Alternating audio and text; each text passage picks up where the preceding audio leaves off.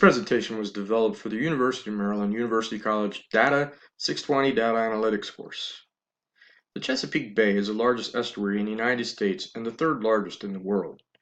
The Chesapeake Bay encompasses the entire District of Columbia as well as parts of 6 states, Delaware, Maryland, New York, Pennsylvania, Virginia, and West Virginia. Farming along the coastal areas of the bay combined with heavy rainfall have contributed to excessive amounts of nitrogen and higher than usual sediment deposits into the bay. This results in poor water quality, which can negatively affect important species such as grasses, blue crab, oysters, and fish. Within just the past 10 years, the pollutants have caused such changes in the water quality that an executive order was passed to recognize the Chesapeake Bay as a national treasure.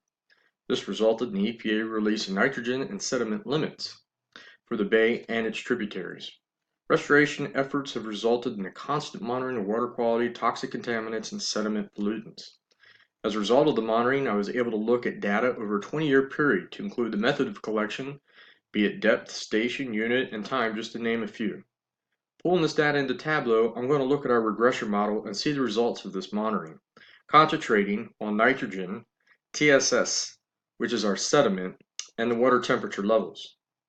These contaminants, combined with higher than normal water temperatures, can cause dead zones in the areas from excessive algae growth that lead to low oxygen areas where species struggle to survive.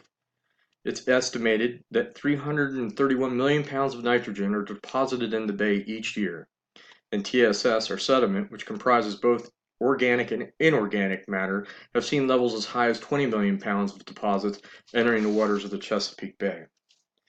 In this slide, we're looking at data from 2000 through 2018. NO3F is our nitrogen, indicated by the blue line. TSS, our sediment, is indicated by the orange line, and WTemp is our water temperature in degrees Celsius in the red line.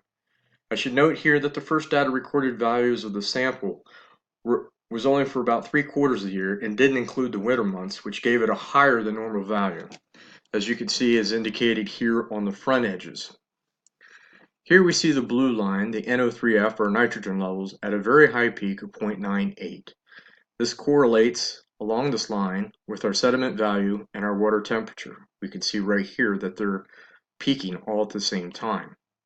Below we have our average measured value versus the average total depth in a split slide here showing along the axis of our sample years.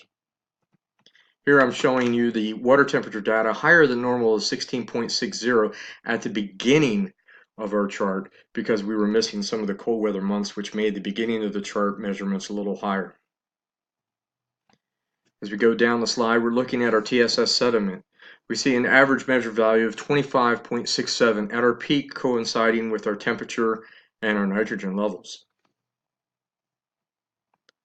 Looking below, we see the peak value, the highest value for our nitrogen, was back in 2003. Because I'm doing the average measured value along all three axes here, our nitrogen seems to climb a little low, or our blue line is a little low along our chart. To add interest into this data set, I included a chart of millions of crabs along the year axis, going all the way back to 1990.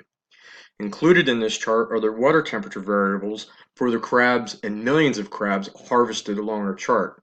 So on the left, we see this data point at 852 back in 1993. On the right, we see the same value of 852 and the water temperature in Celsius of 15.530. I noticed something along the water, looking at the water temperature axis, that all these high numbers were in a straight vertical line here. So I asked, was this the ideal temperature for a crab harvest? Researching the Blue Crab Info Forum, I found that blue crab growth is regulated by water temperature, and growth occurs best when water temperatures are above 59 degrees Fahrenheit or 15 degrees Celsius. So how we do in our regression model and our forecast? Looking at our TSS sediment, which is unfortunately has a trend line here showing an increase over time. It has spiked and had dips over time because of the sediment values. This could be because of the dams that collect a lot of sediment, releasing large amounts over periods at sudden periods of time. Down below, we've got our nitrogen levels, and it also looks like, according to our trend line, that it's on the decline. And the good news for water temperature here is that our trend line shows a decline in it as well. So what's our forecast indicator estimate looks like? We have an average measure, unfortunately, of increasing sediment of 29.63. Our water temperatures lower at 14.88, where our estimates before were clearly in the 15 degrees Celsius range. I should note that these measurements are for sediment and nitrogen in milligrams per liter. Our forecast estimate for nitrogen all the way out to 2019 is 0.71, which is good. This is a decrease from our highest averages, almost a point of milliliters or milligrams per liter back in 2003. So the restoration efforts are definitely showing a conservative effort of reducing the nitrogen levels entering the Chesapeake Bay. Thank you.